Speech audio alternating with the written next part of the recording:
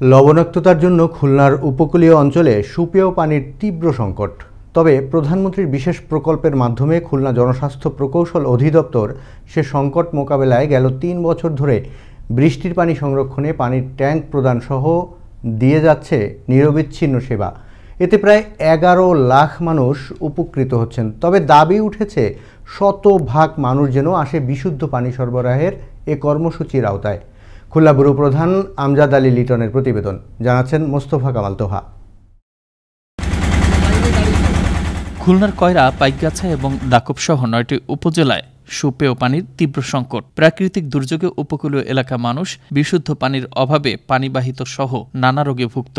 গত ৩ বছরে খুলনা জনস্বাস্থ্য প্রকৌশল অধিদপ্তরের মাধ্যমে বৃষ্টির পানি সংরক্ষণ, গভীর নলকূপ স্থাপনের মাধ্যমে মানুষের সুপেয় পানির ব্যবস্থা করা হয়। সম্প্রতি ঘূর্ণিঝড় রেমালের প্রভাবে সৃষ্ট জলোচ্ছ্বাসে উপকূলীয় মানুষের জন্য মোবাইল ট্রিটমেন্ট প্ল্যান্টের মাধ্যমে বিশুদ্ধ পানির সরবরাহ করা হয়। এর ফলে খুলনার এসব পিছিয়ে পড়া উপকূলীয় মানুষ প্রধানমন্ত্রীর প্রতি কৃতজ্ঞতা জ্ঞাপন করেন। আমাদের এখানে আগে লবণ পানি ছিল, পানি আনার জন্য অনেক দূরে যেতে হতো, এজন্য আমাদের অনেক কষ্ট হতো।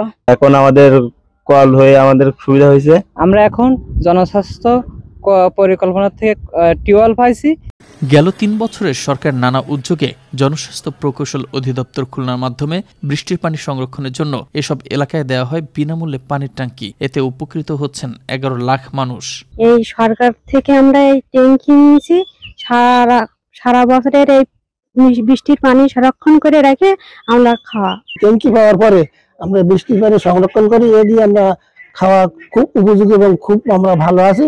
নতুন প্রকল্প বরাদ্দ হলে শতভাগ মানুষের নিরাপদ সুপেয় পানির ব্যবস্থা হতো বলে জানালেন এ উপজেলা প্রকৌশলী। মাননীয় প্রধানমন্ত্রীর বিশেষ প্রকল্পের মাধ্যমে জনস্বাস্থ্য প্রকৌশল অধিদপ্তর পানির ট্যাঙ্কি বিতরণ করছে, যার মাধ্যমে এখানে তৃণমূল পর্যায়ে সাধারণ মানুষ খুব উপকৃত হচ্ছে। উপকূলীয় মানুষের সুপেয় পানির চাহিদা পূরণ সহ জীবনমান উন্নয়নে প্রধানমন্ত্রী বিশেষ প্রকল্পে ৩০০ কোটি টাকার কাজ করা হয়েছে বলে জানান খুলনা জনস্বাস্থ্য অধিদপ্তরের এই নির্বাহী প্রকৌশলী। আমরা আশা করি আগামী ৩ বছরের মধ্যে মাননীয় প্রধানমন্ত্রীর জনশাসন সেটা আমরা বাস্তবায়ন করতে পারবো এবং উপকূলীয় অঞ্চলে পানির যে দুর্ভোগ রয়েছে সেটা নিরসন করা সম্ভব হবে। সরকারের বিশুদ্ধ সুপেয় পানি সরবরাহ প্রকল্পকে সাধুবাদ জানিয়ে শতভাগ উপকারভোগীর আওতায় আনার দাবি এ অঞ্চলের সব মানুষের। এতে উপকূলীয় মানুষের জীবনমানের আরো উন্নয়ন হবে, এমনটাই প্রত্যাশা সচেতন মহলের। মোস্তফা কামাল তোহা, আনন্দ টিভি, ন্যাশনাল ডেস্ক। দরকার নাই, বাসা বাড়িতে এমনি যে নরমাল পানি